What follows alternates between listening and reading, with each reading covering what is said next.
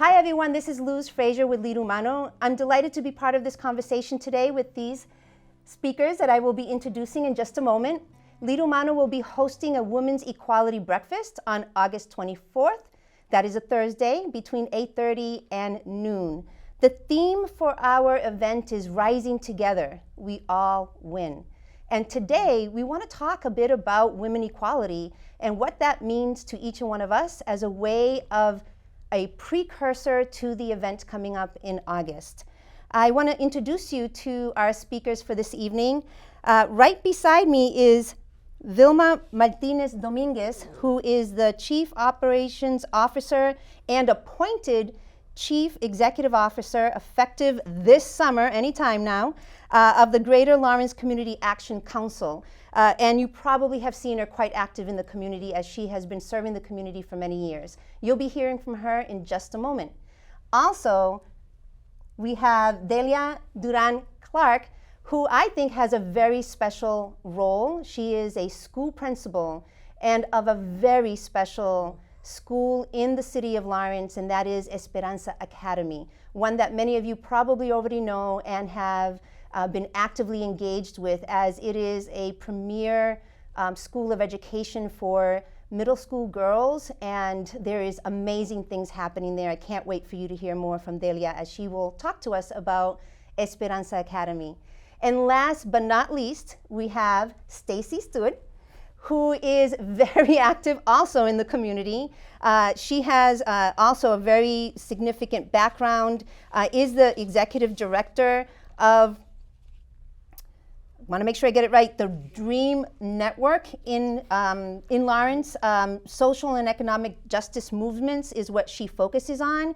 And again, a key player in the community, ensuring that people are feeling social, how would you say it, Stacy?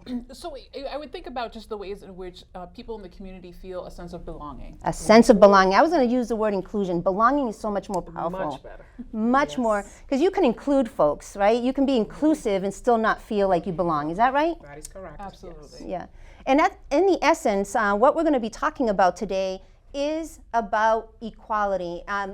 Just in the event that you're not aware, it's been 103 years that the 19th Amendment of the U.S. Constitution declared that women could vote.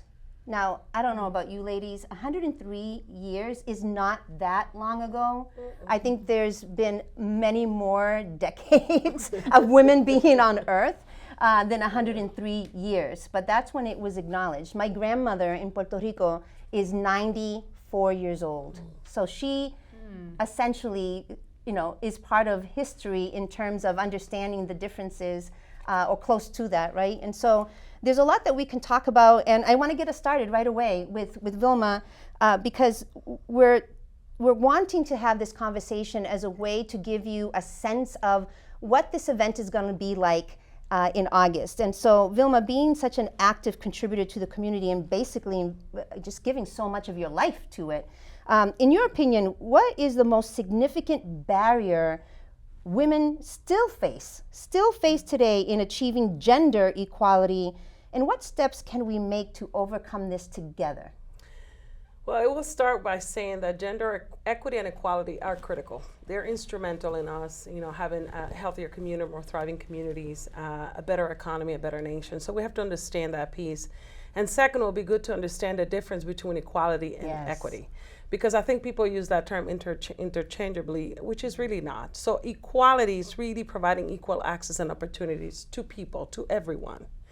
And I like the term equity much better because it's rooted in justice. Mm-hmm. So it acknowledges that people come and are at different places in life. And so whatever you are provided as a resource or an opportunity, you have to think about that. So I wanted to make that a statement, but there's so much. There's so many barriers that we're still facing. I mean, we're grateful that we've made a lot of strides, right? Mm-hmm. A lot of progress, but there's a lot that still we are, as women in general, are suffering.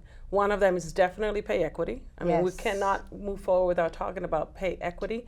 and economic justice, which is now the new term, but really it's about having really the ability to be paid an equal salary for similar jobs and have the opportunity to build our wealth.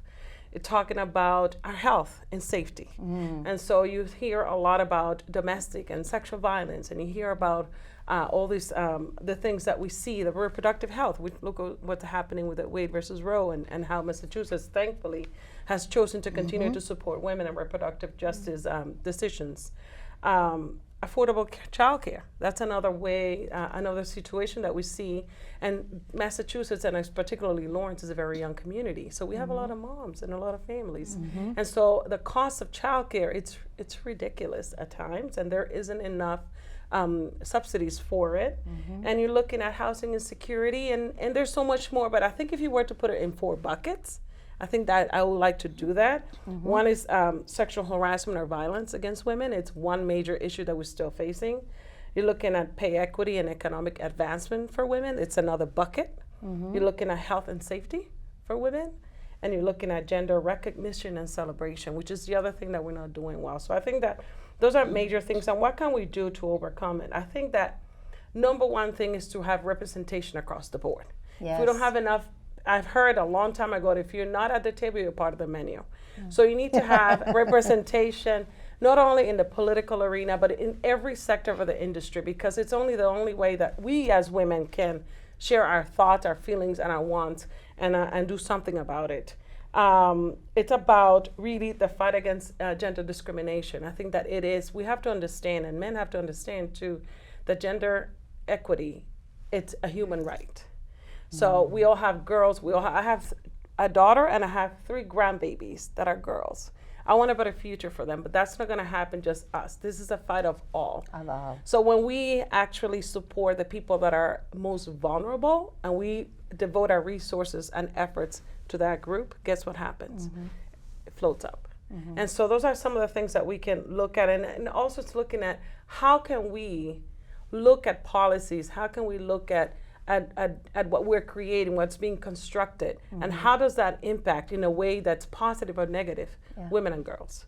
So that's the other thing that we can do to start overcoming this thing. Sometimes we have programs, we have initiatives. I think that it's important that we look at both policy, and we look at cultural shifts, and we look at practices, right?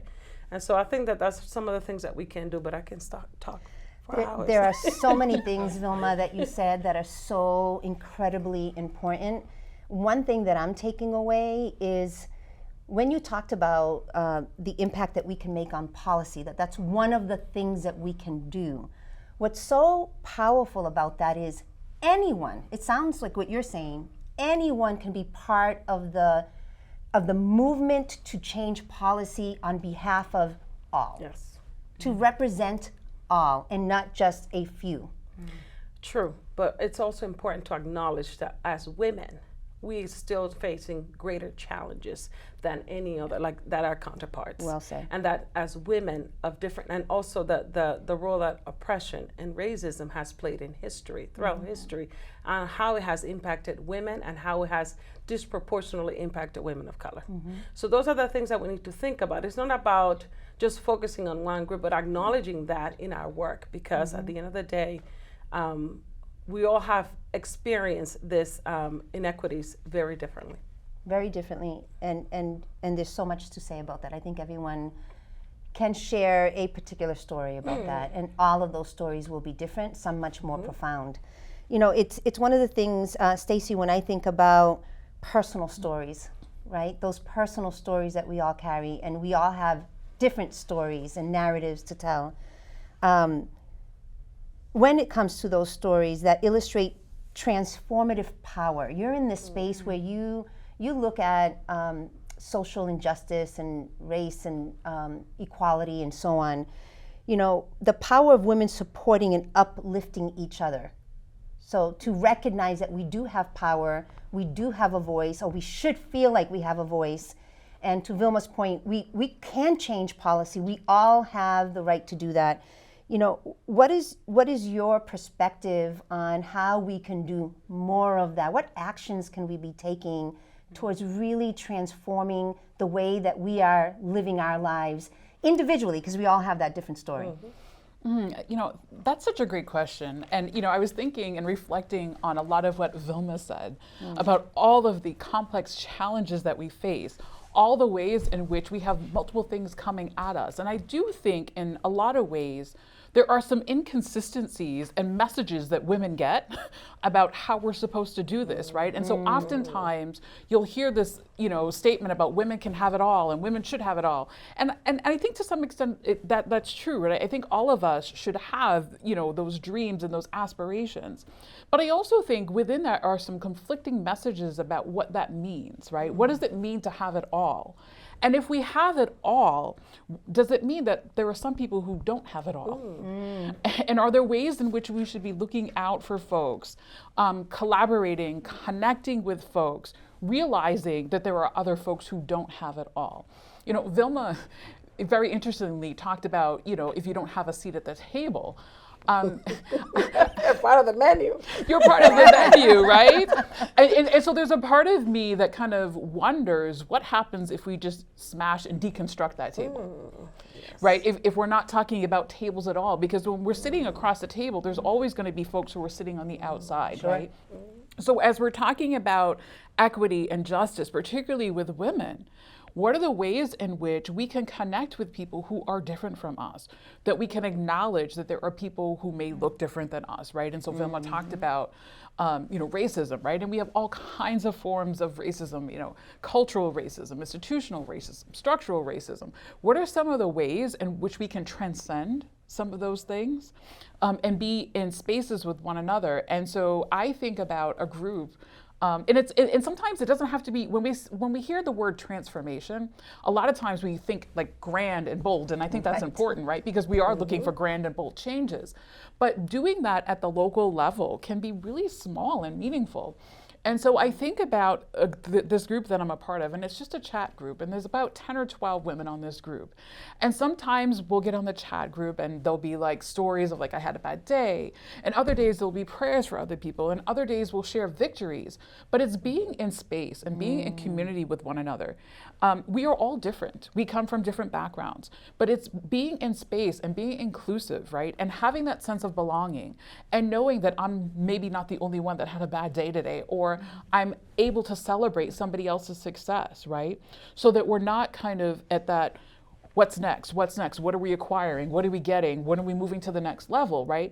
It's less thinking about ourselves as individuals and thinking about ourselves as a larger group. Yes. And what is it we can do as a group to support one another, to be in care of one another, right? To help one another when things get tough.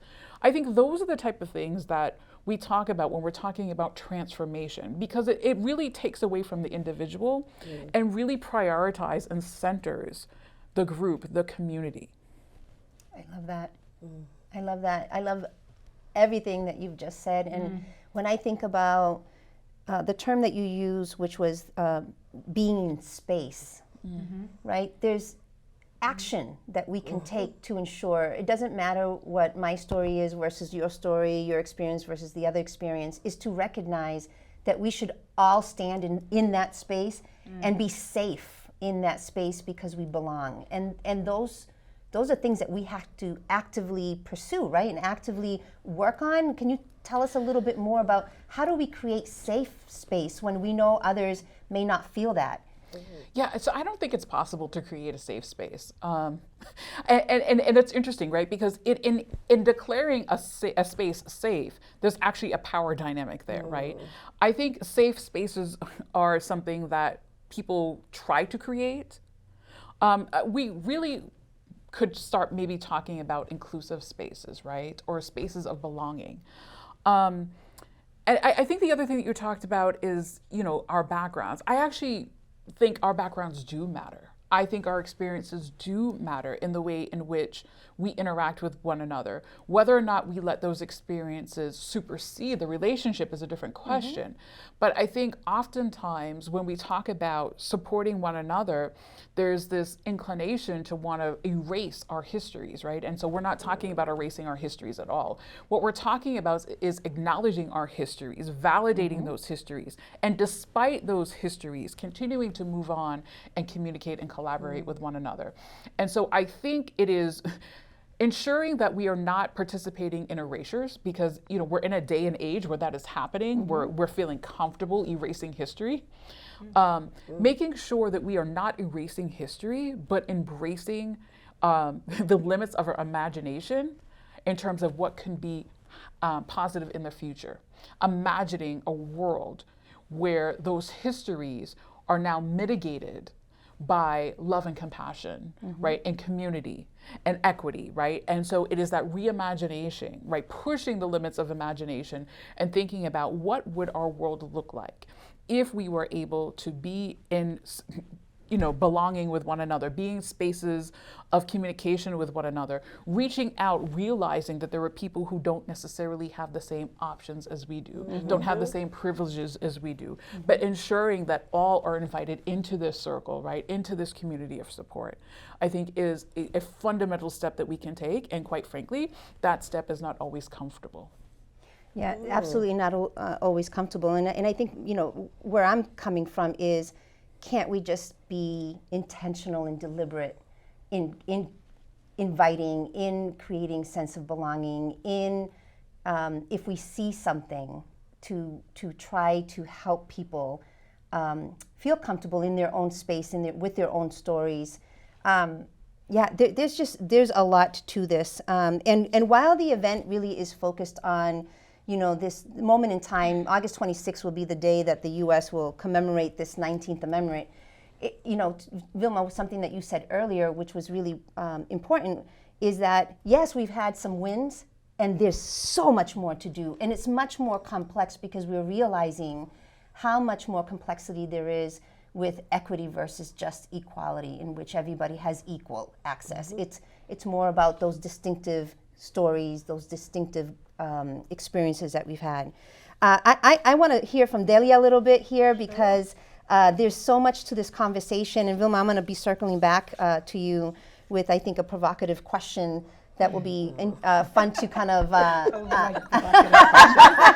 Delia's like, I like these provocative questions. It's a cliffhanger so that you guys can all stay with us. Don't leave us yet. There's good stuff coming. But Delia, you have an important role in this event and in the community of Lawrence and beyond, because you live serving in a space of a servant leadership role. And so my question to you is, how can we as a society be more deliberate in empowering young girls, right? Because we're talking about from experiences of women that have already had trial, tribulations to many different levels and extents. You serve also a community of young girls who are growing and providing them the necessary tools and opportunities to break gender stereotypes as a start. Because Vilma had it right, there's so much more to it. But as a start, how can we help do that? How do you do it in your space? What can you tell us that can help us be more deliberate about helping in that space? First, let me just say that I am sitting here hearing all of your stories and responses and thinking, I am privileged to be here with you. Thank you so much. I know these two women for so long, and they're friends of mine. So to be here, it's just amazing. Thank you. And thank you, Luz, for the invitation. Alexandra is videotaping us there. Hi, Alexandra. Yes, that is a great question, Luz. And I talked about it with one of my students today. Oh, wow. And I will give you her answer. She said, remove everyone that's in power right now and create new generations of leaders. Wow. And that summarizes for her what we need to do. She said, if you want me to type it up for you, I could. Wow. And I said, why don't you do that? She said, I don't have enough time. It's a long answer, but I know you can manage it. Delia, could I ask, how old was this young lady? This is an interesting student. This student is a student who just graduated high school. Nice. And came back to Esperanza to work with us. And today was the first day of the summer program. Amazing. She is amazing. She is an amazing student, and she can answer that question better than I can for you, right? It is a powerful role to be here in the city of Lawrence. I'm a girl of girls. I'm a mother of 4. I think that when you ask that question, Esperanza is the vivid space that create and answers those questions for society. It's providing our youngster, our young students, our young girls the space to be themselves. And when we say, what can we do in the future?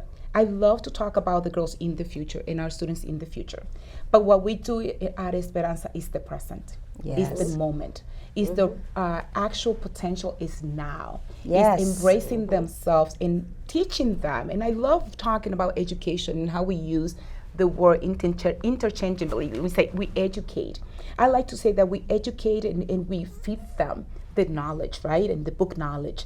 But transformation comes when we do the work inside. Yes. And that is the work that we do in Esperanza. It's embracing who they are at that moment. It's embracing that they are from Lawrence, that they have superpowers just because they're girls and students, and they have the power to transform that moment in their life. They have the power to transform the community, their family. We're not looking forward to saying, when you do this, we don't talk like that at Esperanza. You're doing it right now.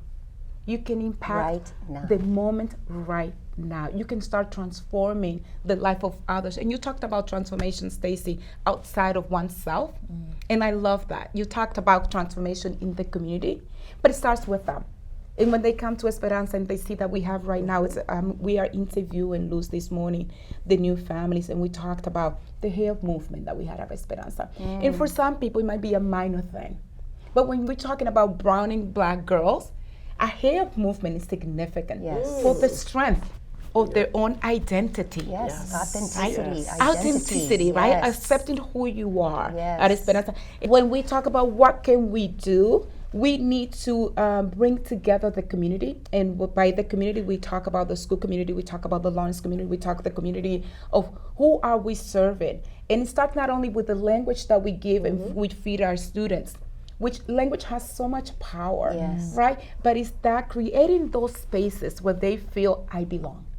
And we have thrown this word here, and I love it. And I'm always soaking it up because I love the word belonging. And how do we do it at Esperanza? It's from the moment you walked into our school and we smile.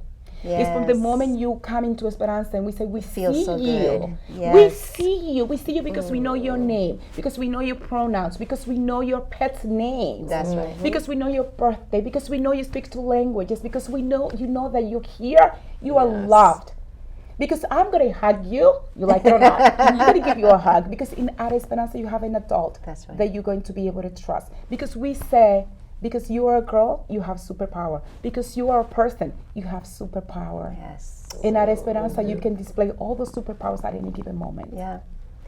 You know, it is, don't we wish that we can clone that experience across the entire nation, because everyone deserves to have that experience, that feeling of like somebody sees me, hears me, touches me, hugs me, tells me that I can do it. One thing that you said that was really powerful, and it just reminds me of the saying, you know, we all have pet peeves. I'll share one of mine. My pet peeve is when people say, and our young people of the future, they're going to guide the way. Not of the future, of the now. Delia, you're saying that, of the now. You're cultivating, nourishing, fostering leadership today with young girls, middle school aged girls that should find their voice, should let their voices be heard and feel confident in doing that. That is what it's all about. And you know, we're all really excited about what we're talking about right now. I can feel that in the energy. And what's coming to mind for me right now is the importance of these conversations, because when these girls leave Esperanza Academy or those types of experiences, they enter the real world, and then we ruin it for them with the type of experiences that we started talking about. We should be nurturing that leadership in them, their superpower. We should be allowing them to hear others speak and then also speak up their opinions, right? Not feel like their voices are not accepted because they're young or of color or whatever the reasons are, right? And so that's why this event is so important, is because this event won't take care of the situation. This event will just remind us of the importance of the actions that each and every one of us need to take in order to contribute to the change that we all desperately need. And and we all have a role in that. And so Vilma, I'm going to circle back to you with the provocative question. I cannot end this segment without that. Vilma's the chosen one for it. When we think about everyone having a responsibility to a degree, and I know this can be a complex conversation, we think about the role that men play or don't play in championing the type of experience we want women to have, young to older. And so when you think about the role that men can play in championing gender equality and how we can encourage more inclusive allyship or collaboration or whatever it is to get to a place where we feel more belonging, what's your perspective? What role should they be playing? What's the message they need to hear? Well, if you look at the population, it's typically around between 50 and 52%. It's women. That means the rest are men. So they have a voice. If you look at power dynamics, you have to understand that historically, there has been a power dynamic has been detrimental to women, and we have had to fight for our rights. And we have to stop looking at this as if it's a pie. And people talk about it, but they don't understand that it's the truth. More for women and girls is not less for boys and men. It's not. What we're saying is that we can be together, we can have equality, and that means we can have the equal access to all these opportunities that we all talk about. But that starts with the men of the room, acknowledging that there is a gender gap, that there are gender inequities, and that women's issues are human rights issues. Let's start with that. I think that you have to understand it. Yes, women have come a long way, but we're not where we need to be. That has to be that number one thing that we have to think about. And then they have to also assume responsibility and be accountable to these things. Because if you look at our legislator, right, we're talking about policies. Who makes up our legislature? Be it Senate, be it here, be in Congress. It's mostly men. And so our voices are missing. So they need to understand that. And by that, I mean also sharing the power. That means that there are going to be times where you're going to be, and I don't like the word allyship, I like the co-conspirator. Oh. Because allyship says, I'm here to support you, but co-conspirator is at the front of the line with you, fighting those fights with you. And it's about knowing when it's your time to speak on behalf of women, but it's a time for you to understand where you need to take the back seat and allow women to speak. And that could be okay. This is not about taking away. The other thing is about communicating and listening to us. I hate when people come with that missionary approach where they think, I know everything and I'm going to fix your world. No. We have been living in this oppression for a long time. So we should know what's better for us. So listen, and then also help us spread the word, right? Help us get up there. Join women's rights movement. Be out there. Be bold.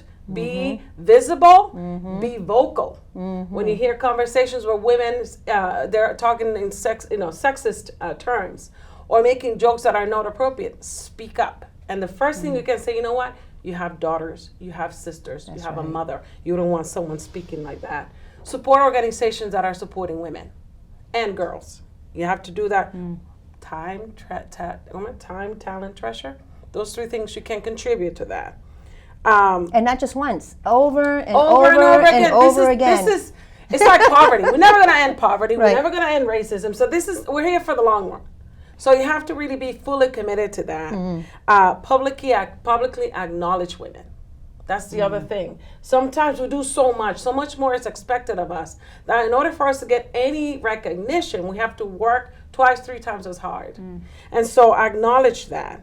And then I want to say that just to address this whole thing, the rest of the question, right? The rest of the question was, what can they do? And there was a second part to that question that I don't recall it now. I want to say that those are first steps. Yeah, about collaboration. How do they? You collaborate by doing the things that I just mentioned.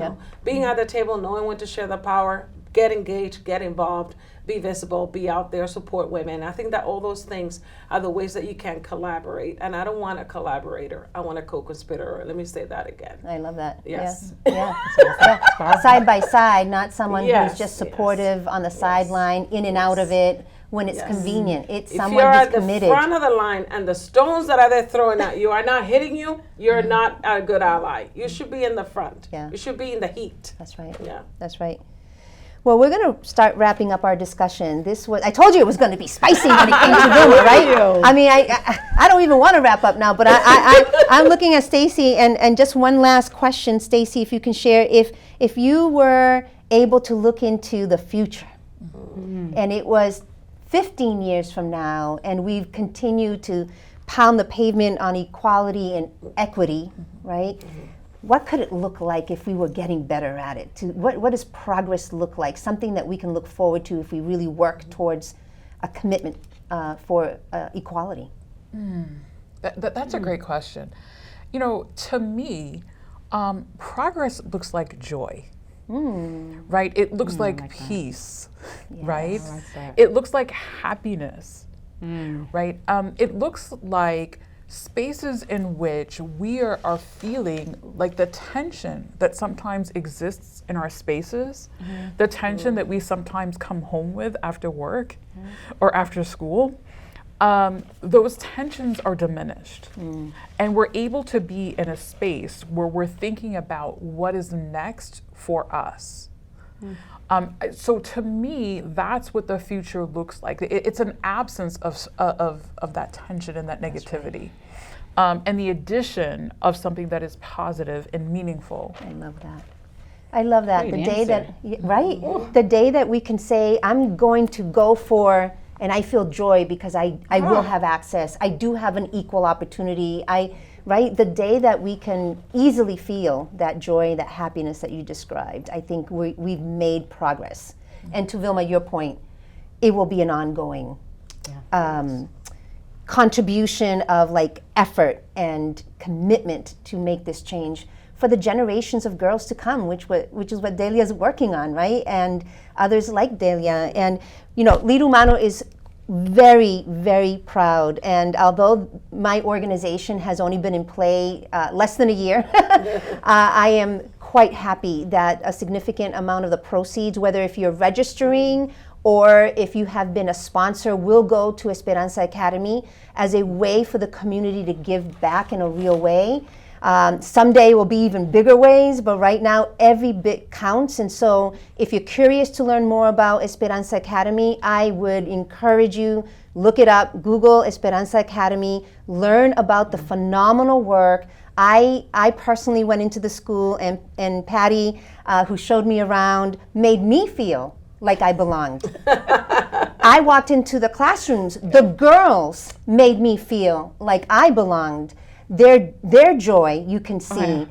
There was one of the teachers that was like, it was a Friday afternoon, and she's like, all right, glad that you made it through that test. I mean, they're hardworking, and they were happy about it because I think they're walking away with something, right? I feel like they were radiating this, like, they know what they're gaining, and they know that they're respected and that they have value, and that makes all the difference. So, you know, come to the event. You'll be contributing to giving back to Esperanza. Go to Esperanza, give back to Esperanza in any way. I would highly encourage that. Again, as a reminder, it's August 24th. It's a Thursday. We'll be there from 8:30 in the morning until noon. It's going to be a jam-packed agenda with our speakers. Our panel discussion will be from individuals in age range from 9-year-old to older. I'm not going to say ages, but you're going to hear from different girls and women talking about equality. We have a DJ and other surprises. Most importantly, there's going to be what I call an activation exercise, which is where at the tables you will have a facilitator and some key questions that you'll work on together. Because as Vilma pointed out in a conversation that we had earlier, you know, it is about not the event. Because the event, the feeling, you'll remember and you'll see pictures. It's more about the action that comes with it. So we're going to be providing you resources. How do you get actively involved to be part of the change? And it takes all of us to make a real difference. And so thank you for joining us today. Again, Vilma, Delia, and Stacy, you guys were phenomenal. Thank you for contributing to the conversation today. I can't wait to see you all on the 24th. And again, we hope that you'll join us.